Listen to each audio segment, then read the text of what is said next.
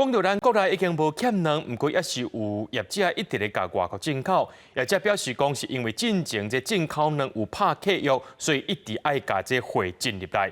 但因为咱国内价销这个鸡卵的产量已经稳定了，价销也比进口粮更较俗，一寡业者进来卵可能就爱了钱卖啊。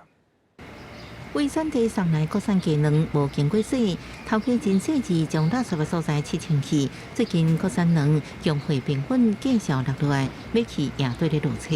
好像没有像之前那么的，就是夸张，就是一定要买到蛋。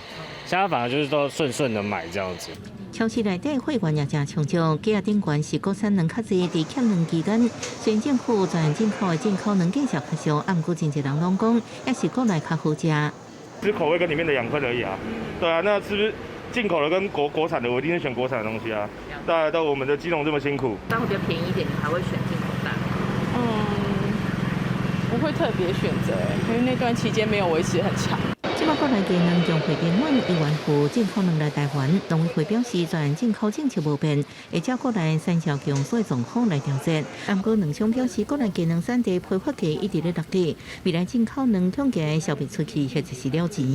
在台湾本土自己的产地价就800多块而已，可是当初那时候签约的进口蛋，应该一箱的这样成本换算过来，可能差不多才到1200左右。如果市输的话，可能都要赔蛮多钱。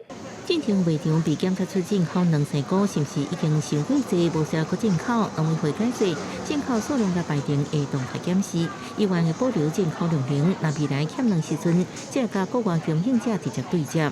记者综合报道。